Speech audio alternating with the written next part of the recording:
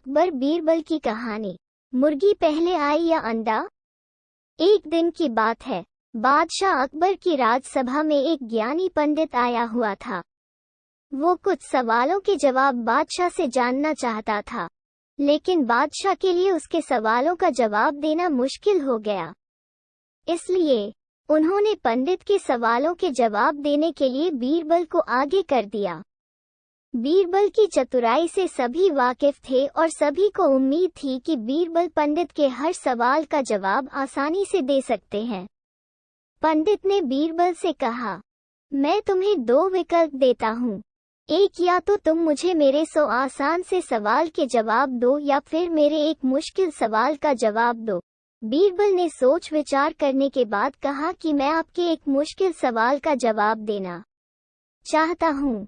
फिर पंडित ने बीरबल से पूछा, तो बताओ मुर्गी पहले आई या अंडा?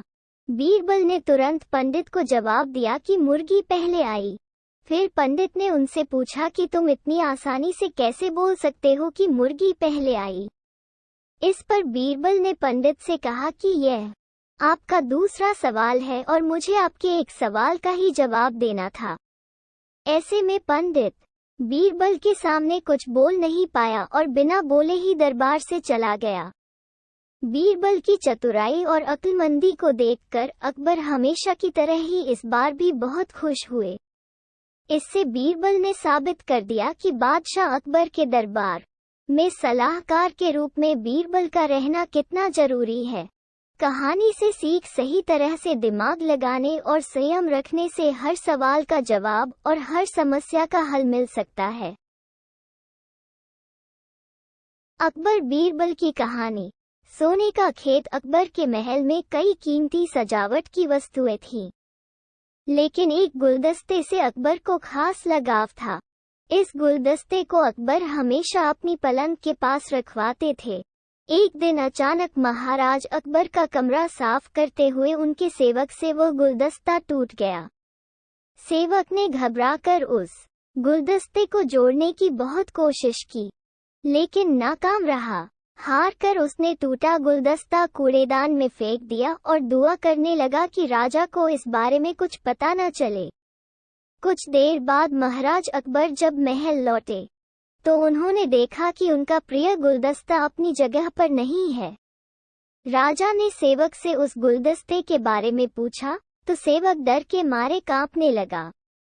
सेवक को जल्दी में कोई अच्छा बहाना नहीं सूझा, तो उसने कहा कि महाराज, उस गुलदस्ते को मैं अपने घर ले गया हूँ ताकि अच्छे से साफ कर सकूं।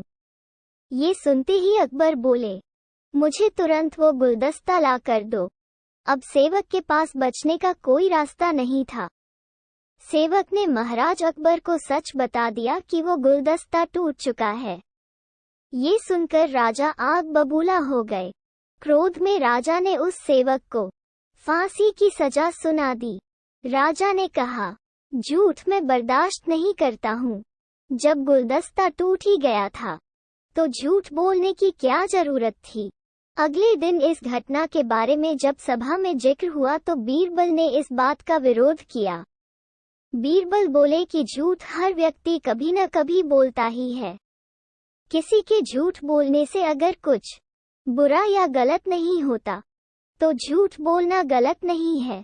बीरबल के मुंह से ऐसे शब्द सुनकर अकबर उसी समय बीरबल पर भड़क गए। उन्होंने सभा में लोगों से पूछा कि कोई ऐसा है यहाँ जिसने झूठ बोला हो। सबने राजा को कहा कि नहीं, वो झूठ नहीं बोलते।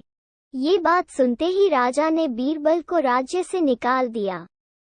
राज दरबार से निकलने के बाद बीरबल ने ठान ली कि वो इस बात को साबित करके रहेंगे कि हर व्यक्ति अपने जीवन में कभी न कभी झूठ बोलता है।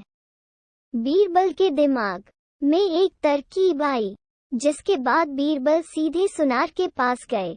उन्होंने जौहरी से सोने की गेहूं जैसी दिखने वाली बाली बनवाई और उसे लेकर महाराज अकबर की सभा में पहुंच गए।